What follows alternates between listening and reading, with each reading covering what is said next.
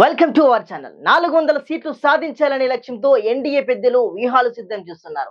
ఇందులో భాగంగా ప్రధాని మోడీ దక్షిణాదిపై స్పెషల్ ఫోకస్ చేశారు. నిన్న తెలంగాణ, తమిళనాడులో కూడా అందులో భాగంగానే ప్రచారం కూడా చేశారు. తెలంగాణలో ఆదివాసులు ఉన్న ప్రాంతంలో అభివృద్ధి కార్యక్రమాలు నిర్వహించారు. ద్రౌపది ముర్మును రాష్ట్ర ప్రతినిధి చేసి ఆదివాసులను దగ్గర చేసుకునే ప్రయత్నం చేశారు మోడీ. ఇప్పుడు అందులో భాగంగానే ఆదివాసుల ప్రాంతంలో అభివృద్ధి పనులకు శంకుస్థాపన చేశారు. ఇక తమిళనాడులో గత పార్లమెంట్ ఎన్నికల్లో 39 స్థానాలకు గాను ఒకే ఒక్క స్థానం ఎన్డీఏ కూటమి గెలుచుకుంది.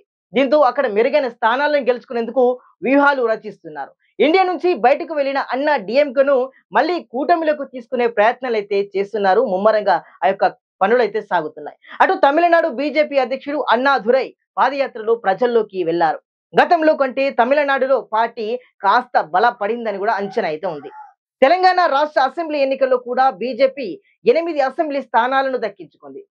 2018 ఎన్నికల్లో ఆ పార్టీ కేవలం ఒక్క స్థానంలోనే విజయం సాధించింది.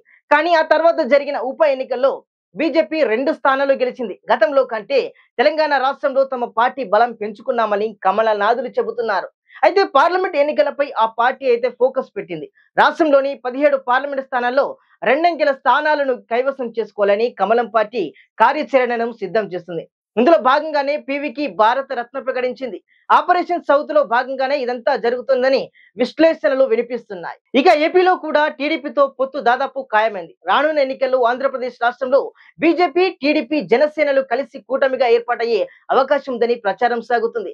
ఇప్పటికిప్పుడు లోక్సభ ఎన్నికలు జరిగితే ఆంధ్రప్రదేశ్ లో తెలుగుదేశం పార్టీ 17 ఎంపీ స్థానాలు గెలుచుకుంటుందని ఇండియా టుడే సర్వే తెలిపింది. కాబట్టి టీడీపీతో పొత్తుకు బీజేపీ అయితే సిద్ధమవుతుంది. అటు కర్ణాటకలో కూడా జేడీఎస్ తో పొత్తు పెట్టుకుంది. దీంతో అధికార కాంగ్రెస్ కు అక్కడ గట్టి పోటీ ఇస్తుంది. ఇలా మిత్రులను పెంచుకుంటూ విపక్ష కాంగ్రెస్ ను ఉక్కిరి బిక్కిరి చేయడానికి సిద్ధమవుతుంది బీజేపీ.